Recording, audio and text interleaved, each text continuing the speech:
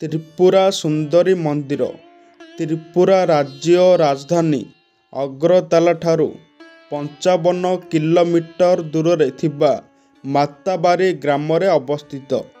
ମହାରାଜା ଧନିଆ ମାଣିକିଆ 1501 ଖ୍ରୀଷ୍ଟାବ୍ଦରେ ଏହି ଜାଗ୍ରତ ଶକ୍ତିପୀଠ ମନ୍ଦିର ପ୍ରତିଷ୍ଠା କରିଥିଲେ।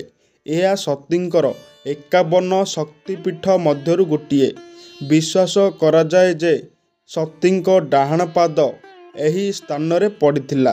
ପୌରାଣିକ କିମ୍ବଦନ୍ତୀ ଅନୁଯାୟୀ ଯେତେବେଳେ ଦେବୀ ସତୀଙ୍କ ମୃତ୍ୟୁ ଶରୀରକୁ ଭଗବାନ ବିଷ୍ଣୁ ସୁଦର୍ଶନ ଚକ୍ର ଦ୍ୱାରା ଖଣ୍ଡ ଖଣ୍ଡ କରିଦେଇଥିଲେ, ସେହି ଶରୀର ଖଣ୍ଡରୁ ଦେବୀ ସତୀଙ୍କ ଡାହାଣ ପାଦ ଏହି ସ୍ଥାନରେ ପଡ଼ିଥିଲା।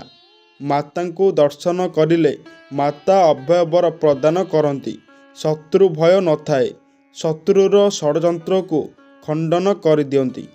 ପ୍ରତିଦିନ ସକାଳ 4ଟାରେ ଦେବୀଙ୍କର ଶୁଭ ଆରତି ଏବଂ ଭୋଗ ଅର୍ପଣ କରାଯାଏ। ତାପରେ ସକାଳ 8ଟାରେ ଦେବୀ ସ୍ନାନ ଆରମ୍ଭ ହୁଏ।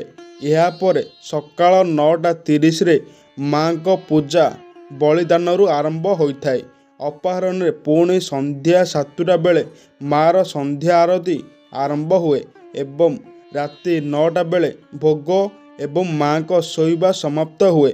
ଅବଶ୍ୟ ଏହି ମନ୍ଦିରରେ ବଳିଦାନ କ୍ଷେତ୍ରରେ ଏହା ମାଙ୍କ ସହକର୍ମୀ ଡାକିଣୀ ଯୋଗିନୀଙ୍କୁ ଉତ୍ସର୍ଗ କରାଯାଇଥାଏ। ମଙ୍ଗଳବାର ବେଶ ପୂଜାବିଧି ହୁଏ। ମନ୍ଦିର ଭିତରେ ଛେଳିକୁ ଠିଆ କରାଯାଇ ତା ଉପରେ ଚାଉଳ ପକାଯାଏ। ମନକୁ ମନ ଛେଳି ଚେତାଶୂନ୍ୟ ହୋଇ ଶୋଇଯାଏ। କିଛି ସମୟ ପରେ ପୁଣି ଚାଉଳ ଛେଳି ଉପରେ ପକାଇଲେ ଛେଳି ଉଠେ।